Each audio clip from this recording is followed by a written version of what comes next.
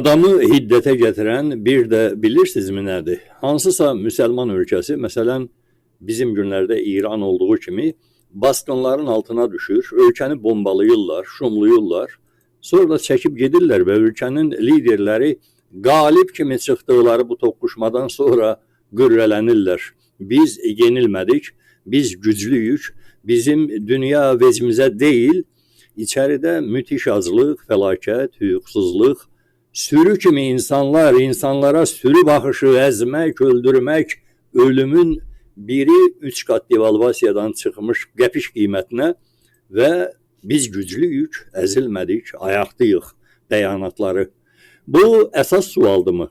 Ümumiyyətlə bu pəstaha nəyə gərək idi? Ümumiyyətlə bir ölkə niyə özünü bugünə salmalıdır ki, həftə 8 mən 9 onun dışarıdan təpəsinə bombalar yağdırılsın, liderləri yatağındaca dəqiq raket zərbələri ilə vurulub öldürülsün, içəridəki xalq isə azadlıq və çörək üçün küçələrdə milli qurşunların hədəfi olaraq minlərlə ölsün. Nəyin naminə və nədən ötürü qurulur belə ölkələr? Nəyin və nə üçün təəssübünü çəkək? Bir halda ki, millət də istəmir və dünya da istəmir. Kim istəyir bu nizamı? Yaxud buna bənzər bir ayrı trafaret də var. Ləğv edilmiş müsəlman liderlərin xatirəsi ətrafında miflər uydurmaq. Səddam belə idi, Qəddafi elə idi, İmran Xan da vardı. Bu adamlar sağ olduqları, hakimiyyətin təpəsində olduqları zaman həm idarə etdikləri millətlər, həm də bütün dünya onların zülmündən, ölkədə çıxardıqları, törətdikləri vəhşətdən, korrupsiyadan danışırdı. İndi isə sağlığında kör Fatma öləndən sonra badam gözlü bacım vay nağıllarıyla nə demək istəyirlər? Fransanın keçmiş prezidentini tutub türməyə soxdular ki, həmin o Qəddafidən 50 milyon avro mu, yoxsa bundan artıq mı rüşvət almışsan? Niyə axı?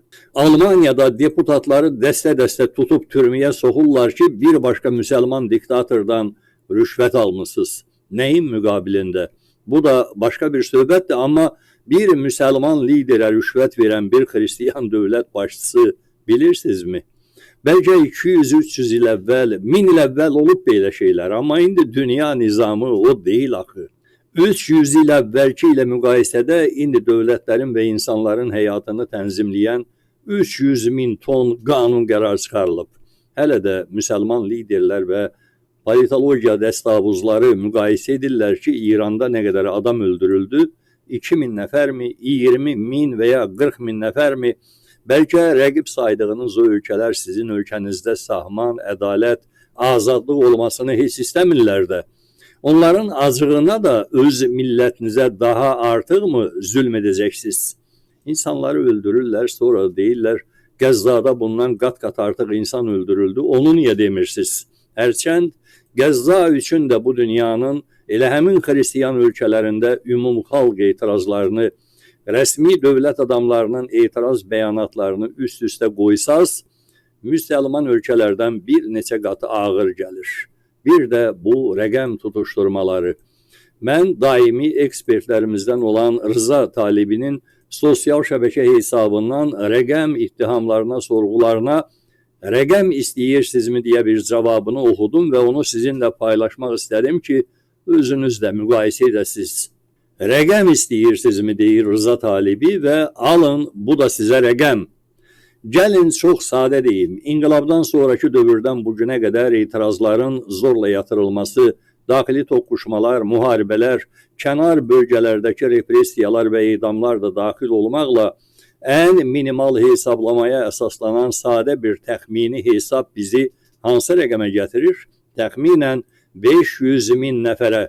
Hətta bu rəqəm də statistikanın şəffaf olmaması və hökumətin ölənlərin sayını sistemli şəkildə gizlətməsi səbəbilə qeyri-dəqiq və reallıqdan az ola bilər. Üstəlik, bu hesablamaya hələ korona qurbanlarını daxil etməmişik. Onların sayı barədə təxminlər 150 min nəfərdən 300 min nəfərdən çoxa qədər dəyişir. Rəqəm istəyirsiniz? Yalnız İslam Respublikasının Suriyaya müdaxiləsinə əsasən Əsəd rejiminin bütün cinayətlərini ayrıca götürsək belə təxminən 120 min ölüyle üz-üzəyik. Bəlkə bəzi ərzəşilər deyəcəklər, müqayisə aparmaq, Qəzza xalqının qırğınını bu rəqəmlərin yanına qoymaq istəyirsən? Xeyr, qətiyyən yox. Qəzzadakı qırğın özü fasiləsiz danışılmalı olan rəqəmlərdən biridir. Amma bu, heç bir halda ölənlərin sayı üzərindən mənasız bir rəqabətə girmək ya da kim daha az öldürüb, daha haqlıdır kimi düşünmək demək deyil. Mən bu cür müqayisəni təhlükəli hesab edirəm. Cinayətdə rəqəmsal rəqabəti yanlış sayıram və ən əsası Əfqanistanda, İraqda, Liviyada və ya Qəzzada törədilmiş qırğınları tanıyaraq İslam Respublikasının cinayətlərini inkar etməyi, zəiflətməyi və ya əsaslandırmağı qeyri-əxlaqi sayıram. Bir insanlıq cinayətini qəbul etmək heç vaxt başqa bir cinayətin unudulmasına və ya ağardılmasına bəraət qazandırmır. Bugün əsas məsələ sadəcə bu rəqəmlərin özü deyil. Əsas məsələ odur ki, bu rəqəmlər gələcəkdə yenidən qeyri-müəyyən və sahibsiz şəkildə təkrarlanmasın. Söhbət cəmiyyəti və ölkəni öldürülmüş insanın rəqəm kimi istehsalına doğru hərəkətdən saxlayan agentliyin yaradılmasından gedir. İstər xarici müharibə şəklində, istərsə də bu Frankenstein-vari rəqəm istehsal edən, rəqəmlərlə qidalanan və rəqəm tələb edən mexanizmin davamı formasında. Bu arada ədalət əvəzinə intiqam dövriyyəsini möhkəmləndirmək və onu hər cür müxalif düşüncəyə şamil etmək səthi və qəbul edilməz cəhddir. Bu, nə sağaltmaya, nə həqiqətə, nə də məsuliyyətə aparır və sonunda yalnız yeni rəqəmlərin yenidən istehsalına xidmət edir. Əsas sual budur. İnsanın rəqəmə çevrilməsi qarşısında əxlaqi məsuliyyəti necə yenidən dirçətmək olar ki, qırğın və müharibə hər cür ideologiyadan asılı olmayaraq əsaslandırıla bilən münaqişəyə endirilməsin.